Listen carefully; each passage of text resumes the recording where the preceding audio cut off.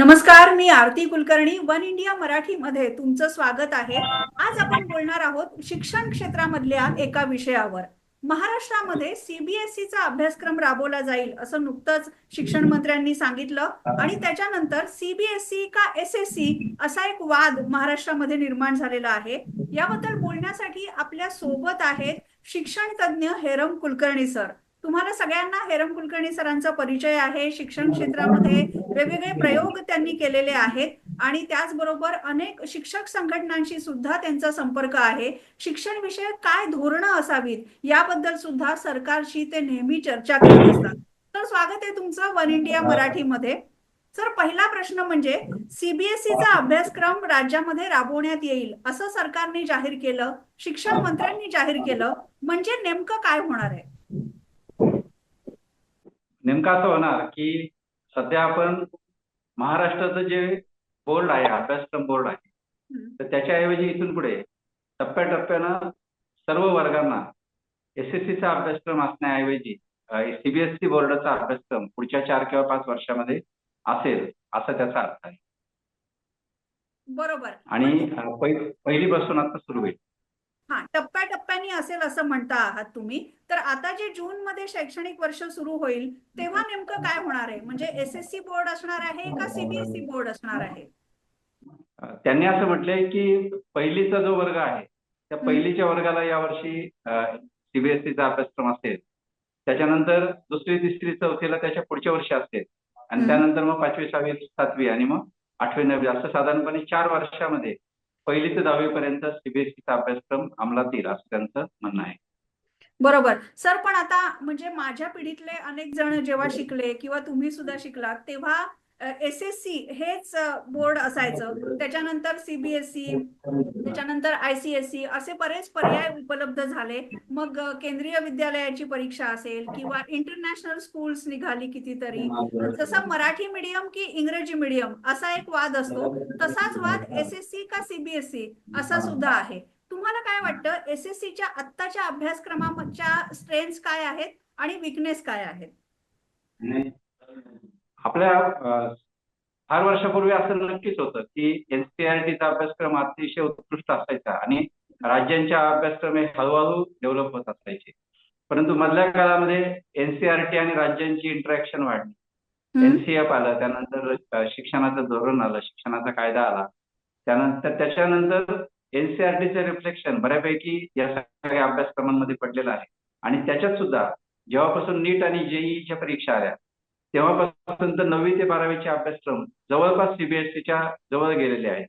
आणि प्रयोगशीलता, ज्ञानरचनावाद याचं प्रतिबिंब शिक्षण व्यवस्थेत पडल्यानंतर असं झालं की आपले अभ्यासक्रम सुद्धा मोठ्या प्रमाणावर हे प्रयोगशील झालेले आहेत.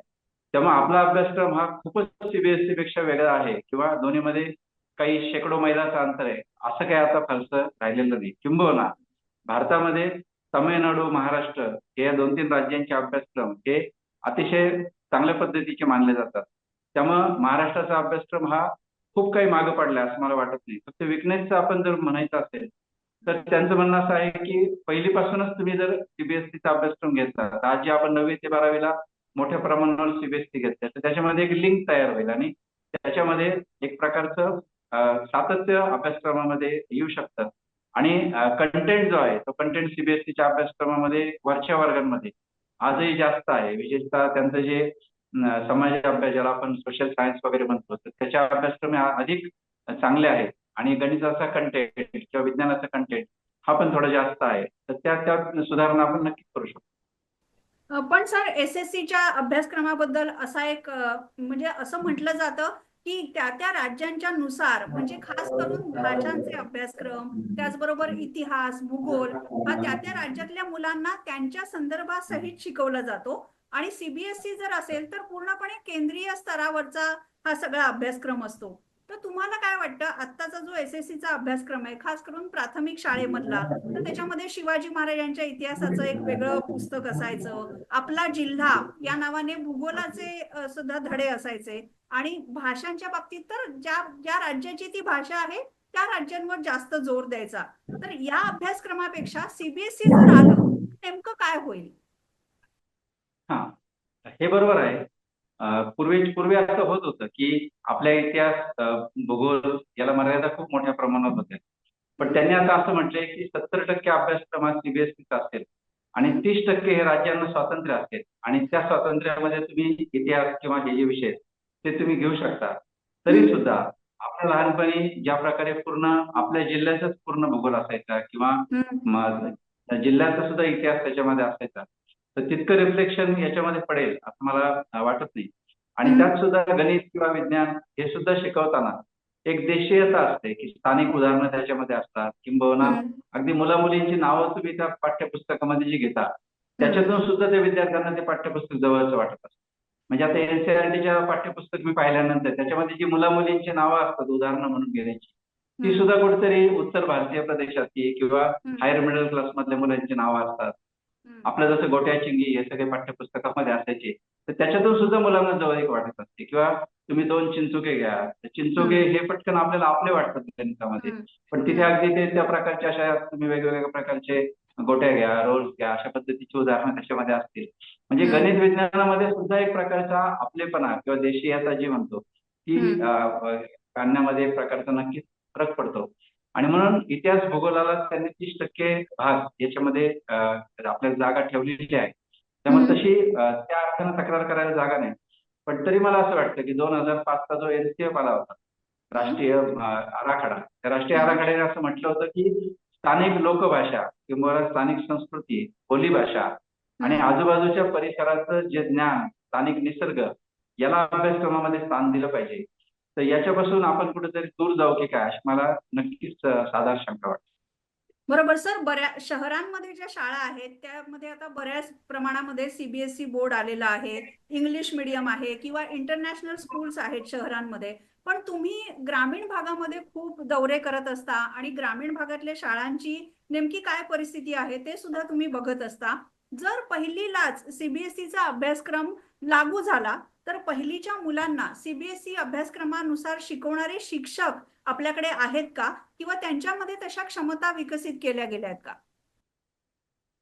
हा मुद्दा अगदी अचूक आहे. याचं कारण असं की शिक्षण मंत्र्यांचा हेतू हा होता की इंग्रजी माध्यमाच्या शाळांना स्पर्धा करण्यासाठी सीबीएसईचा अभ्यासक्रम आपण आणू. कारण सीबीएसईला मुलं घालायची म्हणून मध्यमवर्गीय मुलं तिकडे घालतात. तर आपण जर सीबीएसईचा अभ्यासक्रम आणला तर तिकडची सगळी मुलं कदाचित तिकडे वळण्याची शक्यता आहे. पण एक गोष्ट त्यांनी लक्षात घेतली पाहिजे की पालकांना फक्त अभ्यासक्रम म्हणजे पुस्तकांचं आकर्षण नसतं, तर इंग्रजी शाळांचं जे कल्चर आहे त्या कल्चरचं आकर्षण असतं. म्हणजे इंग्लिश शाळांचं जे इन्फ्रास्ट्रक्चर आहे, त्यांची जी बिल्डिंग आहे, तिथलं जे बोलणं आहे, तिथले जे मॅनर्स आहेत, तिथल्या प्रयोगशाळा आहेत, त्यांचं वेळापत्रक आहे, त्यांना कमी संख्येला जास्त शिक्षक देण्याची पद्धत आहे, या सगळ्याचा साकल्यानं परिणाम म्हणून पालक इंग्लिश मिडियमकडे जात असतात. आणि म्हणून ते कल्चर आपल्या शाळांमध्ये तुम्ही कसं आणणार हा खरा कळीचा मुद्दा आहे असं मला वाटतं. आता समजा आपल्याकडच्या इमारती काय आहेत, म्हणजे आता बजेटच्या आता आपण मध्यंतरी आकडेवारी पाहिली तर जवळपास 18% की 16% शाळांना अजूनही मुलींची शौचालय नाहीये, किंबहुना अनेक शाळा 18% शाळांना स्वतःच्या कंपाऊंड वॉल नाहीये. त्यानंतर 28% प्राथमिक शाळांमध्ये कॉम्प्युटर नाहीये, 16% हायस्कूलमध्ये इंटरनेट आणि कॉम्प्युटर नाहीये, 13% शाळांना स्वतःचं मैदान नाही, त्यानंतर 5% शाळांना लाईटची जोडणी नाही. आता मला सांगा की अशा शाळा आणि दुसरीकडे एसी वर्ग केलेल्या ज्या इंग्लिश मिडियमच्या शाळा आहेत याची कशी तुलना तुम्ही करणार आहात. आणि म्हणून कुठेतरी दोन्ही शाळांची तुलना करताना फक्त अभ्यासक्रमानं प्रश्न सुटेल का. शिक्षकांचं तुम्ही विचारलं तर शिक्षकांच्या बद्दल सुद्धा मुद्दा असा आहे की असंच इंग्रजीचं आकर्षण कमी व्हावं इंग्रजी शाळांचं म्हणून आपण पहिलीपासून इंग्रजी आणली. आता 1999 पहिलीपासून इंग्रजी आणली, आता जवळपास 24 वर्ष झाली, 25 वर्ष झाली. काय आउटपुट आहे मराठी शाळेतून बाहेर आलेल्या किती मुलांना चांगलं फ्लुएंटली इंग्रजी बोलता येतं. तोच प्रयोग आपण सेमी इंग्रजीचा केला. सेमी इंग्रजी का, तर बघ इंग्रजीमधून आपण 2 विषय शिकू. पण किती शिक्षकांना असा आत्मविश्वास आहे की जे परिपूर्ण रीतीनं पूर्ण इंग्रजीमध्ये बोलून मुलांना इंग्रजीमध्ये शिकू शकतील. आणि तेच नेमकं आता सीबीएसईच्या बाबत होणार आहे. आणि म्हणून याच्यामध्ये 2 भाग आहेत की शासनाने प्रत्येक वेळी असं म्हटलं होतं की आम्ही इंग्लिश मीडियम मध्ये डीएड शिकलेला एक शिक्षक प्रत्येक शाळेला देऊ की जो इंग्रजी शिकू शकेल, सेमी इंग्रजी शिकू शकेल. तसं आता सीबीएसई सुद्धा आपण जर आग्रह धरला तर ते काय म्हणतील की एक इंग्रजी शिक्षक आम्ही देऊ, पण तुम्ही असलेले शिक्षक द्यायला तयार नाहीत. आज 50% जवळपास निम्मे शिक्षक शाळांमध्ये नाहीयेत, अधिकारी नाहीयेत. तर कशा प्रकारे तुम्ही पुढे जाणार आहात, शिक्षकांचं सक्षमीकरण कसं करणार आहात. जे शिक्षक मराठी माध्यमातून शिकलेले आहेत ते फाडफाड इंग्रजीमध्ये बोलतील आणि मुलांना इंग्रजी गणित शिकवतील, हे आपण कशाच्या आधारे गृहीत धरतो? किंबहुना त्यांच्या प्रशिक्षणाची तशी व्यवस्था करणं, त्यांनी स्वतःला एनरिच करणं किंवा युट्यूबचा किंवा वेगवेगळे जे ऍप्स आहेत त्याचा वापर करून स्वतःला समृद्ध करण्यासाठी आपण काय कार्यक्रम आखणार आहोत. आणि म्हणून 5 किंवा 10 दिवसाचं प्रशिक्षण घेऊन तुम्हाला इंग्रजी वातावरणात नेता येणार नाही, तर इंग्रजी शाळांचं जे कल्चर आहे ते कल्चर आपल्या मराठी शाळांमध्ये आपण आणणार आहोत का? म्हणजे आता केजरीवाल यांनी दिल्लीमध्ये इंग्रजी शाळा मराठी शाळा चांगल्या पद्धतीने डेव्हलप केल्या, त्यांच्या स्थानिक शाळा. पण पालक तिकडे गेल्याचं कारण त्यांनी स्विमिंग टँक पण आणले ना इंग्रजीच्या त्या इमारतीमध्ये. अत्यंत उत्तम इमारती त्यांनी इंग्लिश शाळांच्या केल्या. दिल्ली सरकारचे अनेक शिक्षक त्यांनी फिनलंडला पाठवले, परदेशात पाठवले, तिथं जाऊन शिक्षकांचं सक्षमीकरण केलं. स्वतः शिक्षण मंत्री वर्गामध्ये बसायला लागले आणि त्यांनी एक प्रकारचं मोटिवेशन शिक्षकांचं केलं. तर इतक्या मोठ्या पातळीवर केल्यानंतर इंग्रजी शाळांचा आणि सरकारी शाळांचं अंतर दिल्लीमध्ये पुसता आलं. म्हणून ही इच्छाशक्ती केवळ घोषणा करून होणार नाही, तर अशा प्रकारचं सातत्यपूर्णता हे प्रशासन दाखवणार आहे का, हा खरा मुद्दा आहे. सर, तुम्ही प्राथमिक शिक्षणाचं सांगितलं खास करून की त्याच लेवलला खरं तर इंग्रजी माध्यम का मराठी माध्यम, मुलांना तो विषय नीट समजतोय की नाही या सगळ्यावर लक्ष द्यावं लागतं आणि म्हणून शिक्षकांचं सक्षमीकरण करावं लागेल. पण सर, दुसरं एक आहे की असं म्हणतात की SSC बोर्डामधून शिकलेली जी मुलं आहेत ती 10वी नंतर जेव्हा 11वी 12वी मध्ये किंवा उच्च शिक्षणामध्ये जातात, खास करून मेडिकल, इंजिनिअरिंग, IT, तिथले विषय त्यांना खूप अवघड जातात. पण त्याच तुलनेमध्ये जे CBSE ची मुलं आहेत त्यांना 11वी 12वीचं शिक्षण इतकं अवघड जात नाही. या वादाबद्दल तुम्हाला काय म्हणायचंय? ते काही अंशी खरं पण आहे. याचं कारण असं की मी जसं म्हटलं की शिक्षकांचं आपण त्या प्रमाणात सक्षमीकरण न केल्यामुळं त्या प्रकारे इंग्रजीमधून शिकवणं आपल्या सेमी इंग्लिश मधून होत नाही, ही वस्तुस्थिती आहे. त्यामुळं तो फरक नक्कीच राहतो. आणि CBSEचं अभ्यासक्रमाचं पहिलीपासून ती मुलं त्या पद्धतीचं शिकत जातात, ते त्याच्यामध्ये जमू शकतं. पण दुसराही भाग त्याच्यामध्ये आपण लक्षात घेतला पाहिजे की आज इंग्रजी मेडिकल किंवा डॉक्टर, इंजिनियर किंवा वेगवेगळे शास्त्रज्ञ झालेले अनेक मातृभाषेतून शिकलेले आहेत, याच्याकडे पण आपल्याला दुर्लक्ष करता येणार नाही. याचं कारण असं की मातृभाषेतून तुमच्या संकल्पना जास्त स्पष्ट होतात, हा त्यातला एक महत्वाचा भाग आहे. कारण विज्ञानातल्या ज्या संकल्पना आहेत किंवा गणितातल्या ज्या बेसिक संकल्पना आहेत या स्वतःच्या भाषेमध्ये जास्त प्रभावीपणे शिकता येतात आणि निम्म जी तुमची शक्ती आहे ती परकीय भाषा शिकण्यामध्ये खर्च होते. किंवा चीननं वगैरे जसं केलेलं आहे की त्यांनी उच्च शिक्षणाची पुस्तकं सुद्धा त्यांच्या मातृभाषेमध्ये आणली. तर म्हणून मातृभाषेतून शिक्षणाचा आग्रह जर आपल्याला धरायचा असेल तर आपल्याला तशा पद्धतीचं ट्रान्सलेशन सुद्धा करण्याची गरज आहे की त्या प्रकारचं उच्च शिक्षणाचे जे अभ्यासक्रम आहेत ते पण आपल्याला मातृभाषेमध्ये आणले पाहिजे. कारण ते इंग्रजीत आणल्यामुळेच इंग्रजी शाळा त्यांचा बाजार त्यांनी मांडलेला आहे की त्यांनी त्या प्रकारचं बघा, पुढे जर तुमच्या मुलांना करिअर करायचं असेल तर या शिक्षणामध्ये घातलं पाहिजे. आणि म्हणून मला असं वाटतं की संकल्पना स्पष्ट होणं आणि न होणं हाच त्यातला महत्वाचा मुद्दा आहे. आणि 9वी-10वीच्या स्तरावर जर मुलांच्या सगळ्या संकल्पना स्पष्ट झाल्या आणि इंग्रजी विषय जर त्या विद्यार्थ्यांना चांगला शिकता आला तर मला असं वाटतं असे विद्यार्थी मराठी माध्यमात राहून सुद्धा पुढे चांगल्या पद्धतीनं जात आहेत. पण बहुतेक विद्यार्थ्यांच्या बाबतीत तसं घडत नसल्यामुळं पालक या अवधारणाला बळी पडतात असं दिसतं. बरोबर सर, पण आता सरकारने असं म्हटलेलं आहे की ऑलरेडी आता निर्णय घेतलाय आणि आता तो पहिलीपासून राबवायला सुद्धा सुरुवात होणार आहे. या सगळ्या निर्णयाबद्दल, धोरणाबद्दल हरकती, सूचना सरकारने मागवलेल्या होत्या आणि तुम्ही जे मुद्दे उपस्थित करताय ते तुमच्यासारख्या शिक्षण तज्ञांनी किंवा शिक्षकांनी सरकारच्या कानावर घातलेच असतील. त्याला काय प्रतिसाद आहे? नाही, वर्तमानपत्रात बातम्या आल्यानंतरच आम्हाला समजलं की अशा पद्धतीचा CBSEचा अभ्यासक्रम येतो आहे. त्यांनी जी चर्चा केली, त्यांनी जी एक सुकाणू समिती नेमली आहे, त्या सुकाणू समितीमध्ये ही चर्चा केली असं त्यांचं म्हणणं आहे. आणि ते जे कोणी तज्ज्ञ आहेत त्यांनी नेमलेले तर त्यांच्यामध्ये त्या चर्चा झालेल्या आहेत. परंतु शिक्षणाच्या धोरणाची वेळी जशी गावोगाव चर्चा झाल्या होत्या किंवा मुख्याध्यापक संघ, शिक्षक संघटना यांच्याशी ज्या प्रकारे चर्चा व्हायला पाहिजे होत्या तशा चर्चा फारशा झालेल्या दिसत नाहीत असं या निर्णयाच्या बाबतीत जाणवतं. सर, पण आपण हे तुम्ही आता शिक्षणाचं किंवा मातृभाषेतून शिक्षण, CBSE, SSC याच्यामधला फरक सांगितलात. पण या सगळ्या शिक्षण धोरणावर एक राजकीय आरोप सुद्धा जो केला जातोय तो म्हणजे की जे विकेंद्रीकरण आहे किंवा आपल्या देशाचं जे वैविध्य आहे, वेगवेगळ्या राज्यांचं, वेगवेगळ्या भागांचं, ते सगळं यामुळे पुसलं जाईल आणि एकतर्फी असा अभ्यासक्रम पूर्ण देशामध्ये राबवला जाईल. तुमचं याबद्दलचं म्हणणं काय आहे? काय आक्षेप आहे? हा मुद्दा खूप गंभीर आणि महत्वाचा आहे. या सरकारची जी दिशा आहे सगळी केंद्रीकरणाकडे आहे. म्हणजे एक देश एक निवडणूक किंवा एक देश एक अभ्यासक्रम अशा पद्धतीचं केंद्रीकरण केलेलं आहे. म्हणजे सत्तेचं ते केंद्रीकरण आहे. म्हणजे विधान परिषदेचा आमदारकी कुणाला द्यायची याचा निर्णय सुद्धा दिल्लीमध्ये आपल्याकडे होतो. तर प्रत्येक बाबतीमधलं जे सेंट्रलायझेशन आहे ते सेंट्रलायझेशन त्यांना शिक्षणामध्ये पण आणायचं आहे का, हा प्रश्न या निमित्ताने उपस्थित होतो.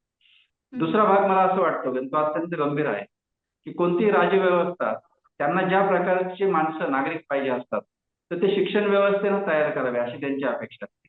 म्हणजे समजा एखादं जर कम्युनिस्ट शासन असेल तर त्यांची अशी अपेक्षा असते की मार्क्सवादी विचारांचा जो काही प्रसार आहे तो आमच्या अगदी लहान मुलांपासून झाला पाहिजे, जेणेकरून आमची सगळी मुलं भविष्यामध्ये कॉम्रेड बनू शकतील. एखादं धार्मिक स्टेट जर असेल तर त्यांना असं वाटतं की धार्मिक शिक्षण लहानपणापासून मुलांना दिलं पाहिजे, जेणेकरून आपली मुलं लहानपणापासून आस्तिक आणि धार्मिक बनतील. आपण लोकशाही देशामध्ये आहोत, त्यामुळे आपल्याकडून अशी अपेक्षा आहे की आपण लोकशाहीला मानणारे नागरिक आपल्या शिक्षण व्यवस्थेमधून तयार करावे. पण ही जरी आदर्श अपेक्षा असली तरी सुद्धा आजचं सध्याचं सरकार आणि इथून पुढच्या सरकारांची जी येणारी सरकार आहे तर त्यांच्या हातामध्ये आपण जर अशी एक हाती सत्ता दिली की एका बटनावर तुम्ही देशातल्या सगळ्या शाळांवर कंट्रोल करू शकता, अशा पद्धतीची जर सत्ता आपण सर्व अभ्यासक्रम एकाच प्रकारचा देशभर नेमला तर कदाचित उद्या त्या राजकीय पक्षांचे जे अजेंडा आहेत, ज्या विचारसरणी आहेत त्याचं थेट प्रतिबिंब तुमच्या अभ्यासक्रमामध्ये ते आणू शकतात आणि त्या प्रकारचे उपक्रम सुरू करू शकतात. ते थांबवणं कोणालाही शक्य होणार नाही. याची चुणूक आपण बघितली की मध्यंतरी एनसीआरटीनं 30% अभ्यासक्रम वगळण्याचा निर्णय घेतला. त्यावेळी डार्विनलाच अभ्यासक्रमातून काढण्याचे प्रयत्न झाले किंवा बाबरी मशिदीचा उल्लेख कसा करायचा हे त्याच्यामध्ये झालं. गुजरात दंगलीचा संदर्भ कसा आणायचा. म्हणजे याची चुणूक आपण बघितली की ते ज्याला इतिहास मानतात किंवा त्यांच्या दृष्टीने ज्या गौरवाच्या बाबी आहेत त्या भारतीय इतिहासाचा भाग बनवण्याचा प्रयत्न त्यावेळी झालेला आहे. आणि त्यावेळी टीका करण्यापलीकडे बाहेरचे लोक फारसं काही करू शकले नाही. आणि म्हणून मला असं वाटतं की भारताची ब्युटी ही आहे की विविधतेतून एकता. म्हणजे जी डायव्हर्सिटी जी आपल्या देशाची आहे, मणिपूरचा अभ्यासक्रम वेगळा असला पाहिजे, काश्मीरचा वेगळा असला पाहिजे, पॉंडिचेरीचा वेगळा असला पाहिजे, महाराष्ट्राचा वेगळा असला पाहिजे आणि तिथल्या तिथल्या संस्कृतीचं प्रतिबिंब, परंपरांचं प्रतिबिंब त्या अभ्यासक्रमामध्ये असलं पाहिजे. आणि तरी सुद्धा भारताच्या राज्यघटनेचे जे काही बोनाफाईड्स आहेत, जी काही महत्वाची मूलतत्वे आहेत, ती सगळी मूलतत्व फंडामेंटल जे आहेत ते सगळे या अभ्यासक्रमामध्ये रिफ्लेक्ट झाले पाहिजेत. आणि एनसीआरटीने फक्त गाईडलाईन्स दिल्या पाहिजेत की आपल्याला आपली पुढची पिढी आपण या पद्धतीने बघतो आहोत तर या पद्धतीनं हे घटक तुमच्या अभ्यासक्रमामध्ये तुम्हाला शिकवायचे, ते कसे शिकवायचे ते तुम्ही ठरवा. हा मला एक भाग वाटतो. आणि याला जोडून मला एक वेगळा मुद्दा असा मांडावासा वाटतो की हे जे एससीआरटी जे आहे किंवा एनसीआरटी जे आहे किंवा सीबीएसई आहे तर सीबीएसईचं स्तोम माजवलेलं आहे. म्हणजे हे सुद्धा आपण सांगितलं पाहिजे की सीबीएसई हे काय होतं नेमकं. तर भारतामध्ये एका राज्यातून दुसऱ्या राज्यामध्ये जेव्हा बदली व्हायच्या तर बदली होणाऱ्या कर्मचाऱ्यांच्यासाठी केंद्रीय शाळा सरकारने काढल्या. त्या काहीतरी 1,500-2,000 शाळा आहेत.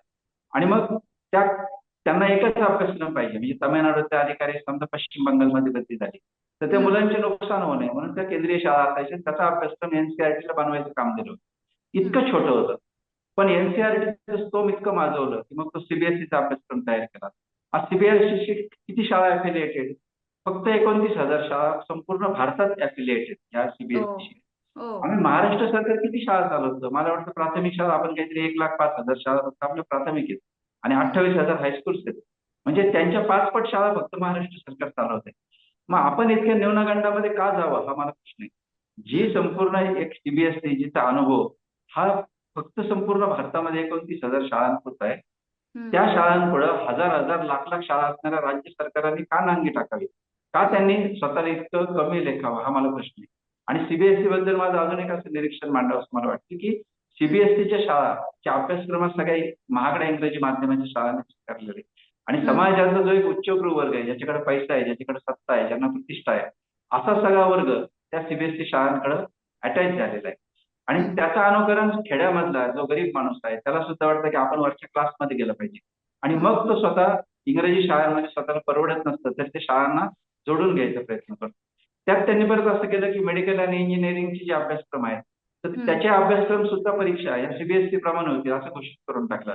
म्हणजे तुम्हाला जर डॉक्टर व्हायचं असेल, तुम्हाला इंजिनिअरिंग व्हायचं असेल, तुम्हाला जर वरच्या उच्चभ्रू वर्गात सरकायचं असेल तर तुम्हाला तुमची मुलं इच्छा असताना नसताना, परवडत असताना नसताना तुम्हाला सीबीएसईच्या शाळेमध्येच घातली पाहिजे. म्हणजे मुठभर समाजामध्ये जे आपल्या देशामध्ये जो 44 कोटी मध्यम वर्ग आहे या मध्यम वर्गाला जे उच्चभ्रू वर्गाचं जे एक आकर्षण निर्माण झालेलं आहे त्या हम्म. आकर्षणाचं केंद्र म्हणजे हा सीबीएसईचा अभ्यासक्रम बनलेला आहे. आणि म्हणून बरोबर. मला असं तर एक वाटतं की हा हा, फक्त हा हा फक्त बोला बोला. अभ्यासक्रमापुरता मला मुद्दा वाटत नाही, तर हे वेगळ्या प्रकारचं सामाजिकीकरण आहे. म्हणजे एका विशिष्ट उच्चभ्रू वर्गामध्ये समाजाला घालून टाकायचं आणि ज्यांना ते परवडत नाही त्यांनी मग कुठेतरी स्टेट बोर्डच्या अभ्यासक्रमामध्ये खेळत राहायचं. अशा पद्धतीने एकाच भारतामध्ये दोन भारत निर्माण करण्याचा हा एक रस्ता आहे. बरोबर. सर, तुम्ही जसं सांगितलं की सीबीएसई, एसएससी हे फक्त शिक्षणापुरतं मर्यादित नाहीये, ते एक सामाजिक वर्गांशी सुद्धा जोडलं जातं. पण कितीही आपण म्हटलं की मातृभाषेतून शिक्षण हवं, स्थानिक सगळ्या परिसराचा वापर करून शिक्षण दिलं गेलं पाहिजे, तरी इंग्रजी ही एक ज्ञानाची भाषा आहे आणि इंग्लिशमध्ये जर शिकलं तर करिअरच्या संधी चांगल्या मिळतात, पुढे आणखीन त्या विद्यार्थ्याचा विकास होतो. हे सुद्धा एक व्यावहारिक शाणपण आहे. मग त्याच्यातच मग मराठी माध्यमांच्या शाळांमध्ये सेमी इंग्लिशचा पर्याय निघाला.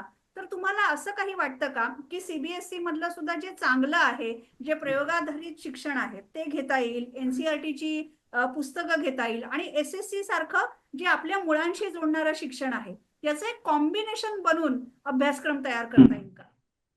बरोबर. कारण हा तू खूप महत्वाचा मुद्दा मांडला की याच्यामध्ये एक महत्वाचा मुद्दा असा आहे की आपल्या बोर्डाचं सक्षमीकरण आपण करणार आहोत की नाही. म्हणजे हम्म. उद्या 1ली ते 10वी पर्यंत जर आपण संपूर्ण सीबीएसईचा अभ्यासक्रम स्वीकारला तर हा. मग उद्या एसएससी बोर्डाला काम काय राहील, फक्त भाषांतरच. म्हणजे हम्म. सीबीएसईची जी पुस्तकं आहेत ती भाषांतर करायची आणि छापायची एवढंच काम राहील ना फक्त हम्म. सीबीएसईच्या आहेत आपल्या मराठी बोर्डाला. आणि तो 30%चा अभ्यासक्रम फक्त बनवायचा.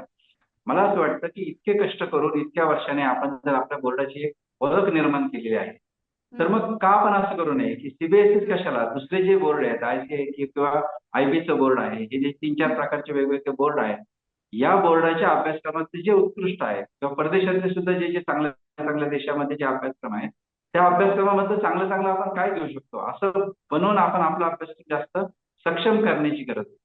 आणि हम्म. ते जर आपण सक्षम केले तर मला असं वाटतं की मग आपल्याला सीबीएसईची गरज राहणार नाही. हम्म. आपण आपला अभ्यासक्रम चांगला करणं आणि इंग्रजी शिकवण्याच्या ज्या पद्धती आहेत त्या पद्धती जर चांगल्या निर्माण केल्या तर मला असं वाटतं की खूप चांगलं बनू शकेल. आता समजा तुमच्या मुंबईमध्ये विले हम्म. पार्ल्याचं जे टिळक हायस्कूल आहे त्या टिळक हायस्कूलच्या मुलांना ते केम्ब्रिजच्या परीक्षेला बसतात आणि हा. केम्ब्रिज विद्यापीठाच्या परीक्षेला त्या तिथले शेकडो मुलं बसतात किंवा हम्म. महाराष्ट्रातल्या अनेक शाळांनी केम्ब्रिजच्या परीक्षा सुरू केलेल्या आहेत. तर मग अशा प्रकारचे पूरक पर्याय आपल्याला घेता येतील ना विद्यार्थ्यांचे इंग्लिश सुधारण्यासाठी. इंग्रजीच्या हम्म. अनेक ग्रेडच्या परीक्षा उपलब्ध आहे, अनेक ऍप आहेत. तर त्याचा हम्म. सगळा वापर करून आपण जर मुलांचं इंग्रजी चांगलं सुधारण्याचा प्रयत्न केला तर हम्म. पालकांना मला नेहमी आणायचा फोन येतो की आम्ही आमच्या मुलांना कोणत्या शाळेत घालू. मी त्यांना असं हम्म. म्हणतो की मी सगळं त्याच्यामधून पस्तावलेलो आहे आणि म्हणून मला असं वाटतं की इंग्रजी शाळांमध्ये जे खर्च तुम्ही करणार आहात ते खर्च तुम्ही मुलांच्या ऍक्टिव्हिटीसाठी खर्च करा ना. तुम्ही त्याला 10,000 रुपयाची इंग्रजीची शिकवणी लावा तरी हम्म. तरी चालेल ना. म्हणजे इंग्रजी चांगलं करण्यासाठी तुम्ही जास्तीत जास्त पैसा खर्च करा, तुमचा वेळ खर्च करा. पालकांनी युट्यूबचा किंवा ऍपचा वापर करून तुमच्या मुलांचं इंग्रजी चांगलं करा आणि हम्म. मराठी शाळेतल्या शिक्षकांचं इंग्रजी चांगलं होण्यासाठी शासनाने प्रयत्न करावे. त्यांना हम्म. वेगवेगळ्या प्रकारचे प्रोजेक्ट देऊन त्यांना प्रोत्साहन देऊन त्यांच्या मनातली भीती इंग्रजीची काढून त्यांना इंग्रजी चांगलं जर केलं तर मला असं वाटतं की आज पुण्यामध्ये अक्षरनंदन सारखी शाळा आहे. त्या हम्म. अक्षरनंदन सारख्या शाळेमध्ये इंग्रजी अतिशय उत्कृष्ट शिकवलं जातं आणि हम्म. त्यामुळे अगदी मध्यम वर्गातले सुद्धा उच्च मध्यम वर्गातले मुलं रांगा लावतात त्या अक्षरनंदन मध्ये आपल्याला प्रवेश मिळावा म्हणून. किंवा हम्म. कमला नेमकर बालभवन सारखी फलटणची शाळा आहे, प्रयोगशील शाळा, तिथे इंग्रजी खूप चांगलं शिकवलं जातं. म्हणून प्रयोगशील शाळा आहेत किंवा हम्म. जिल्हा परिषदच्या अशा उत्कृष्ट माझ्या माहितीच्या अनेक शाळा आहेत की जे शिक्षक अत्यंत उत्कृष्ट इंग्रजी मुलांना शिकवतात, इंग्रजी बोलायला हम्म. शिकवतात. तर अशा शाळांमध्ये पालकांनी टाकलेच नाही आपली मुलं. आणि म्हणून मी असं नेहमी म्हणतो की पालक नेहमी ग्राहकाच्या भूमिकेत असतो. त्याला फक्त चांगलं जेवण हवंय, तुम्ही ते कुठल्या पद्धतीने बनवलं त्याला काही घेणं नाही. उद्या जर मराठी शाळांनी उत्तम इंग्रजी शिकवलं आणि इथले हम्म. मुलं जर डॉक्टर इंजिनियर चांगले व्हायला लागले त्यांची माध्यमाबद्दल अजिबात तक्रार नाहीये. हम्म. प्रश्न बरोबर सरकारच्या आहे. इच्छेचे. बरोबर आहे सर, हा एक इंग्रजी माध्यमाचा तर विषय आहेच. पण मी असं बघितलं की जी मुलं सीबीएसई ला असतात त्यांना खूप प्रकारचे प्रोजेक्ट्स दिले जातात आणि मग ते प्रोजेक्ट्स पूर्ण करण्यासाठी त्यांची आणि त्यांच्या पालकांची एकच घाई गडबड उडून जाते. तर आता पहिलीपासून जर सीबीएसई अंमलात आणायचं असेल तर असे किती प्रोजेक्ट्स मुलांना आणि पालकांना पण करावे लागतील? खरं तर ही प्रकल्प पद्धत मराठी शाळांमध्ये पण आहे. याचं कारण असं की सीबीएसईची जी ग्रेड सिस्टीम आहे तीच आकारिक मूल्यमापन आणि ते जे आहे ते आपण स्वीकारलेलं आहे जवळजवळ 2011-12 नंतर. तर महाराष्ट्रात सुद्धा त्या प्रकारचं हे आहे, परंतु त्याची फार चर्चा होत नाही. पण एक प्रकल्प पद्धत किंवा उपक्रम पद्धत हे सध्या मराठी शाळांच्या विद्यार्थ्यांना पण करावं लागतं. आणि बरोबर. ते विद्यार्थी आता सध्या ते फक्त तांत्रिक पातळीवर केलं जातं. म्हणजे हम्म. विद्यार्थ्यांनी काहीतरी प्रकल्प करायचे, शिक्षकांनी मार्ग द्यायचे, ते फार गांभीर्याने घेतलं जात नाही. पण सीबीएसईच्या अभ्यासक्रमाशी स्पर्धा करायची असतील तर ते प्रकल्प सुद्धा आपल्याला स्थगन करावे लागतील. त्यात हम्म. वैविध्य आणावं लागेल. आणि म्हणून हम्म. आपल्याकडं त्या प्रकारचे उपक्रम, त्या प्रकारची मूल्यमापन पद्धती आली, पण ती फक्त कागदावर राहिली. आणि म्हणून विद्यार्थी त्या प्रमाणात घडत नसल्यामुळं 8वी पर्यंत मुलांना लिहिता वाचता येत नाही अशी पालकांची तक्रार यायला लागली. हम्म. आणि त्याच्यामुळे मग सीबीएसईच्या ची चर्चा सुरू झाली. मला असं वाटतं की आज आपल्या अभ्यासक्रमामध्ये जे उपक्रम आहेत, प्रकल्प आहेत, उपक्रम आहेत, हे जर आज जरी चांगल्या पद्धतीने आपण राबवले तरी सुद्धा आपण हम्म. तिथपर्यंत नक्की जाऊ शकतो. मला फक्त एक हम्म. पॅरलल उदाहरण असं द्यावंसं वाटतं की समजा स्वयंपाक करणारी एखादी व्यक्ती चांगला स्वयंपाक करत नाही, तर आपण फक्त तिच्या हातामध्ये पाककृतीची वेगवेगळी पुस्तकं आणून देऊन तिच्या स्वयंपाकाची गुणवत्ता सुधारणार आहे का? तर हम्म. ते होणार नाही. म्हणून मला असं वाटतं की त्या ठिकाणी स्वयंपाकघरातलं इन्फ्रास्ट्रक्चर बदलावं लागेल, त्या व्यक्तीची मानसिकता बदलावी लागेल, त्या व्यक्तीला आपल्याला सुगरण बनवावं लागेल, पुरुष असेल किंवा हम्म. स्त्री असेल, आणि त्याच्यातून त्या स्वयंपाकाची क्वालिटी सुधारणार. आणि मग आपल्या शाळा जर बदलायच्या असतील तर केवळ फक्त अभ्यासक्रम बदलून फरक पडणार नाही. शाळांचं हम्म. इन्फ्रास्ट्रक्चर बदलावं लागेल, शिक्षकांची मानसिकता बदलावं लागेल, शिक्षकांना सक्षम करावं लागेल. आणि इंग्रजी जे काही सीबीएसईच्या चांगल्या शाळा आहेत अशा शाळांशी आपले इंटरॅक्शन तयार करून त्या शाळा नेमकं वेगळं काय करतात. म्हणजे हम्म. आज खाजगी शाळेतले शिक्षक काही फार चांगले अशाचा भाग नाही, पण त्यांना ते प्रेझेंटेशन जमून गेलेलं आहे. त्या प्रकारचं त्यांचं जे मार्केटिंग आहे त्या प्रकारचं त्यांना चांगलं जमलेलं आहे. आणि मराठी शाळांचं कुणी उत्तर मूल्यमापन करतं अशा पद्धतीची स्थिती आहे. त्यामुळं एक मराठी शाळांचं जे काही चांगलं आहे, समजा आमच्या नगर जिल्ह्यामध्ये आज नवोदयचा निकाल लागला तर काहीतरी मला वाटतं 70 पैकी 54 मुलांचे फक्त जिल्हा परिषद शाळांची मुलं नवोदयाला पास झाली. म्हणजे जिल्हा परिषदच्या शाळांमध्ये सुद्धा पोटेन्शियल असतील, चांगले शिक्षक आहेत. फक्त त्यांना इंग्रजीचा आत्मविश्वास आपण जर देऊ शकलो, मला असं वाटतं हम्म. की इंग्लिश मिडियमची स्पर्धा खूप चांगल्या पद्धतीने करू शकतो. सर, एक शेवटचा प्रश्न. आपण बघतो की आता सीबीएसईच्या शाळेमध्ये खास करून जी मुलं जातात, अगदी 8वी 9वी 10वी या टप्प्यामध्येच त्यांना वेगळे क्लासेस लावावे लागतात. म्हणजे आधी शाळांमधलं शिक्षण करायचं, मग दप्तर ठेवायचं आणि थोडासा श्वास घेत नाही तो मुलं दुसऱ्या इंग्लिश, मॅथ्स, सायन्सच्या ट्युशन्सना जातात.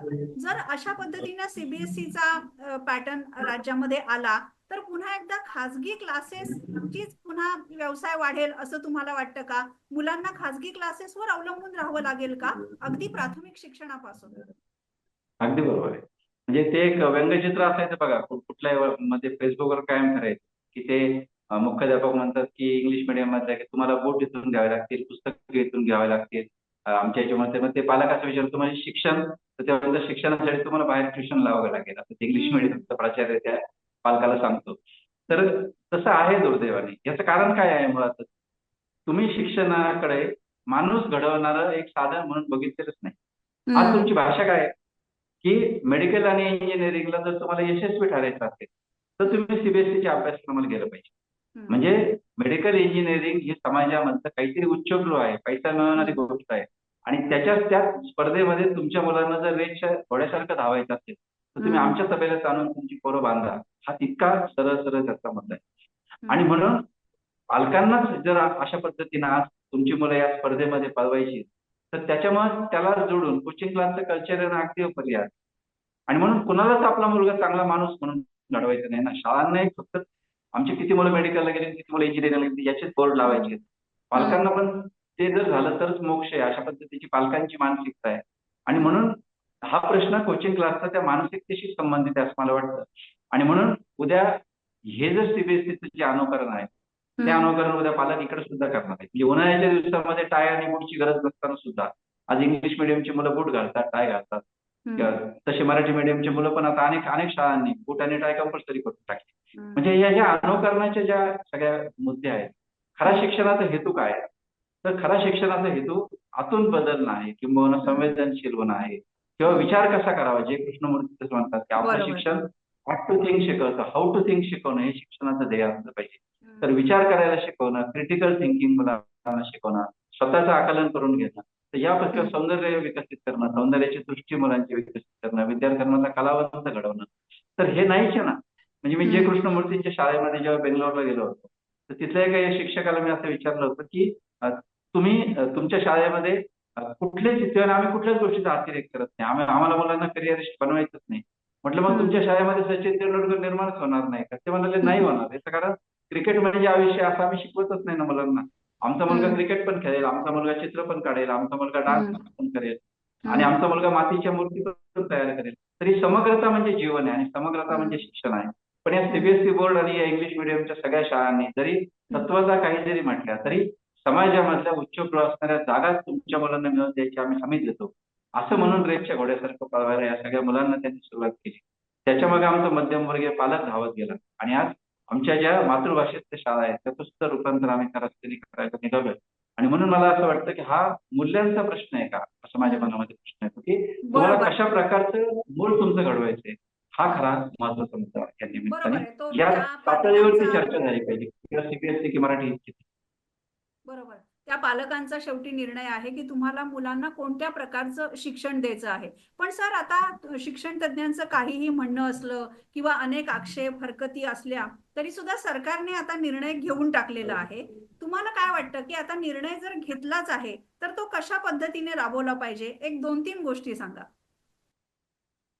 पहिली गोष्ट अशी की पालकांच्या मनामधले जे संभ्रम आहेत ते संभ्रम दूर करण्यासाठी या जून महिन्यामध्ये जेव्हा शाळा उघडेल किंवा आता एप्रिल महिन्याच्या शेवटी प्रत्येक शाळेमध्ये एक पालक सभा घेण्यात यावी आणि त्या पालक सभेमध्ये आपण नेमकं काय करणार आहोत ते गावामध्ये जी त्यांची स्कूल कमिटी आहे, व्यवस्थापन समिती आहे, शिक्षक आहेत यांच्यासमोर प्रशासनानं त्या सगळ्या गोष्टी मांडल्या पाहिजेत की जेणेकरून त्यांच्या मनात कुठलाही गोंधळ राहणार नाही. पुस्तकं कुठून घ्यायची किंवा काय घ्यायची हे. आणि दुसरा भाग असा की पालक काय काय करू शकतात त्याच्यामध्ये सुशिक्षित पालक हे पालकांना त्याच्यामध्ये समजून सांगितलं पाहिजे. आणि शिक्षकांच्या सक्षमीकरणाबाबत हा जी मे महिन्याची सुट्टी आहे तर या मे महिन्यामध्ये तुम्ही इंग्रजी किंवा तुमच्या स्वतःच्या जे क्षमता कॅपॅसिटी बिल्डिंग आहे त्यासाठी तुम्ही काय करू शकता. मग सुट्टीमध्ये प्रशिक्षण घेण्याची वेळ आली तरी चालेल पण त्याच्यामध्ये शिक्षकांना आनंद वाटेल असं स्वतःला ते कसे एनरिच करू शकतात अशा पद्धतीची प्रशिक्षणं ही जून पर्यंत जास्तीत जास्त प्रशिक्षण झाली पाहिजे. सुदैवानं फक्त पहिलीच्याच वर्गात हे करायचं असल्यामुळे कमी संख्या आहे. म्हणजे समजा 1,00,000 शाळा असतील तुम्हाला 1,00,000 शिक्षकांचं प्रशिक्षण करायचंय आणि मग त्या 1,00,000 शिक्षकांना वेगवेगळ्या प्रकारचं ऑनलाईन किंवा या पद्धतीने रोज काही गृहपाठ देऊन ऍप देऊन अशा पद्धतीने करून त्यांना स्वतःचे हे करणं अशा पद्धतीनं ते केलं पाहिजे. आणि त्याच वेळी आपला महाराष्ट्राचा जो अभ्यासक्रम आहे हा सीबीएसईशी समकक्ष होण्याच्या दृष्टीने किंवा जगातल्या वेगवेगळ्या याच्याशी करण्यासाठी आणखी काय काय करते की जेणेकरून आपल्याला सीबीएसई उधारी करावी लागणार नाही त्या दृष्टीने सुद्धा प्रयत्न केला पाहिजे. आणि अजून फक्त एक जोडून मुद्दा मांडतो की मराठी शाळा सक्षम करण्यासाठी सरकारची भूमिका काय हा एक मला एक आपल्या मुलाखतीतला महत्वाचा मुद्दा वाटतो. तर खाजगी मराठी शाळांची संख्या वाढवण्यासाठी सरकारनं जास्तीत जास्त परवानग्या दिल्या पाहिजेत असं मला वाटतं. आज समजा तू ठाण्यामध्ये राहते तर ठाण्यामध्ये आज बऱ्यापैकी मराठी वातावरण आहे पण सांताक्रूज आहे, अंधेरी आहे किंवा इकडच्या भागामध्ये जर कुणाला असं वाटलं की आपली मुलं मराठी मीडियम मध्ये घालावी तर कुठे मराठी शाळा आहे? म्हणजे 10-10, 20-20 किलोमीटरवर मराठी शाळा असतात पालक काय करणार आहे. म्हणून प्रत्येक वॉर्डामध्ये किमान मुंबईच्या एक चांगली मराठी शाळा जर तुम्ही काढू शकला तर त्याच्यामधून मोठ्या प्रमाणावर पालक घालतील ना आपली मुलं मराठी शाळा. बरोबर. म्हणून शहरी भागांमध्ये मोठ्या प्रमाणावर तुम्ही मुंबईचं उदाहरण दिलं आणि 2 भारत आहेत शिक्षणाच्या मध्ये सुद्धा आरोग्याच्या मध्ये सुद्धा हे आपण बघतोय. पण सर तुम्ही या ज्या सूचना केलेल्या आहेत या सूचना तरी सरकार ऐकेल अशी आपण आशा करूया. आणि सीबीएसईचा अभ्यासक्रम जर आणायचा असेल त्याच्यासाठी सक्षमीकरण तर आवश्यक आहेच पण मुलांवर किंवा पालकांवर शाळेच्या फीचा जास्त भार पडू नये हे सुद्धा आपण बघायला पाहिजे. कारण शिक्षण शेवटी ते परवडणारं सुद्धा पाहिजे पालकांना आणि तेवढं दर्जात्मक शिक्षण मिळत असेल तरच मग तो खर्च केलेल्या पैशांचा तेवढा उपयोग सुद्धा होईल. पण सरकारने आता निर्णय घेतलेला आहे वेळोवेळी तुमच्यासारख्या शिक्षण तज्ञांकडून सरकारने सूचना मागवायला हव्यात आणि तुम्ही जसं म्हणालात तसं शिक्षक, पालक, मुलं या सगळ्यांनी मिळून करायची ही प्रक्रिया म्हणून जर सरकारने केलं तर कुठेतरी या प्रयोगाला यश मिळू शकेल. सर हा विषय खरं तर इतका वादाचा आहे आणि त्याच्यातून अनेक फाटे फुटू शकतात त्याच्याबद्दल आपण बोलूया. पण आत्ता तरी याच विषयावर आपण मर्यादित बोलतोय म्हणून ही मुलाखत आपण इथेच थांबूया.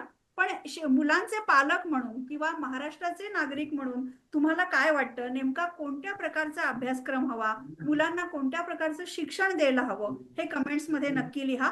आणि वन इंडिया मराठी हे चॅनेल लाईक करा, शेअर करा, सबस्क्राईब सुद्धा करा. धन्यवाद सर.